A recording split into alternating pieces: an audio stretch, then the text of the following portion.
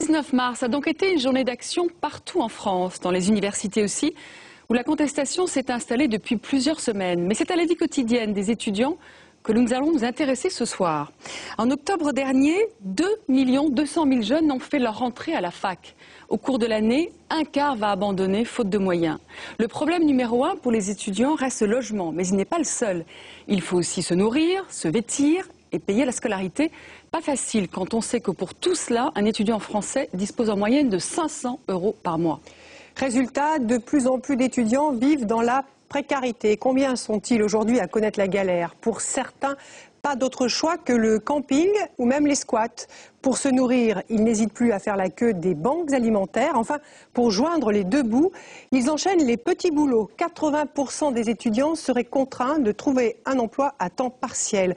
Résultat, ils sèchent les cours et se retrouvent en situation d'échec. Regardez ce reportage de Caroline Benaroche et Guillaume Viard, étudiants sur la paille.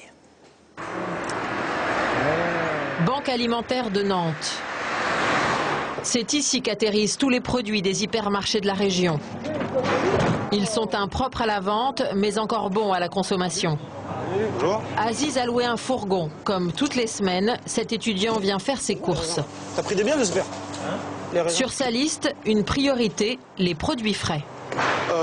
Des artichauts, un peu de poivron, des champignons, de la salade. Nous avons des carottes également, de la tomate, des concombres, des brocolis. Sa mission, nourrir les étudiants des campus de la ville.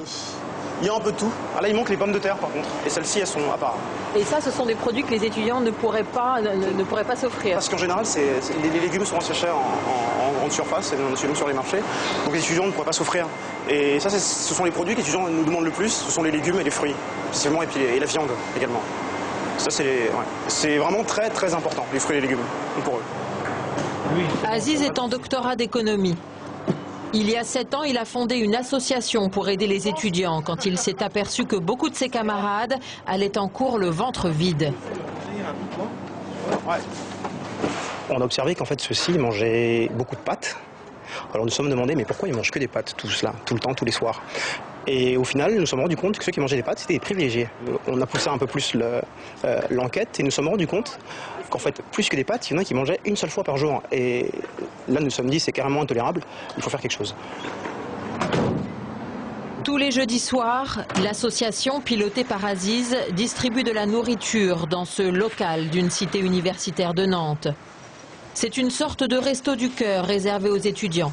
Et la file d'attente s'allonge d'une année sur l'autre. Oui, il y en a quelques-uns, ouais, il y en a pas mal.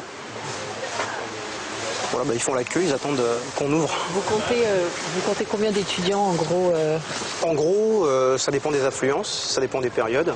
On peut tabler sur 80 à peu près, une centaine.